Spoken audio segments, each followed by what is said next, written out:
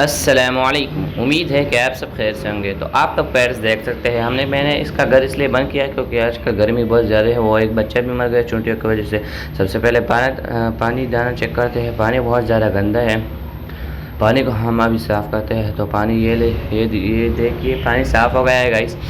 तो अभी हम केज दरवाज़ा खोलते हैं और पानी को रखते हैं अंदर केज के अंदर पानी को रखते हैं। आप लोग देख सकते हो माशाल्लाह पैरट्स का बच्चा, दाना पानी दोनों साफ़ हो गए। पैरट्स आप लोग देख सकते हो। वीडियो लगी हमारी वीडियो को लाइक कमेंट मत सब्सक्राइब कीजिए ताकि हर आने वाली नई वीडियो आप सबसे पहले पहुँचे। अल्लाह हाफ़िज़।